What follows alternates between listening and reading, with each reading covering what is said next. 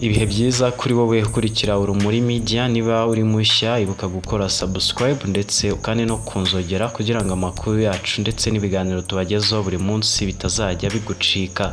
Kuri uyu wa gatanu tariki 21 Werurwe 2025, Perezida Tshisekedi wa Repubulika ya Demokarasi ya Kongo yahuriye na Nduhungirehe muri Namibia.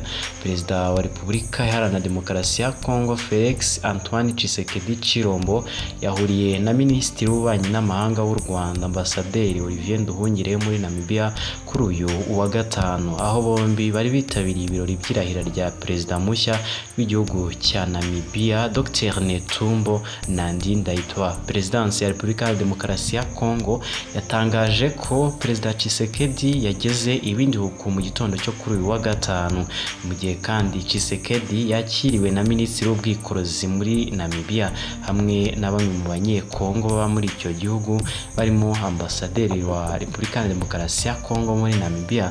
Mu gihe kandi uyu muhango Perezida Kagame we yarahagarariwe na Ambasaderi Olivier Nduhungirehe wari wamaze kugera muri Namibia.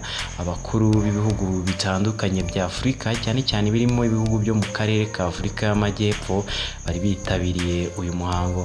Ibirori by'irahira rya Perezida Dr Netumbo byari biteganyijwe ko bibera muri stade yitiriwe Stade y'Ubwigenge, ariko biza kurangira umuhango wimuriwe mu ngoro y'umukuru w'igihugu ku munota wa nyuma kubera ibihe bibi by'ikirere. Turashimiye mwe mukomeza gukurikira amakuru yacu n'ibiganiro.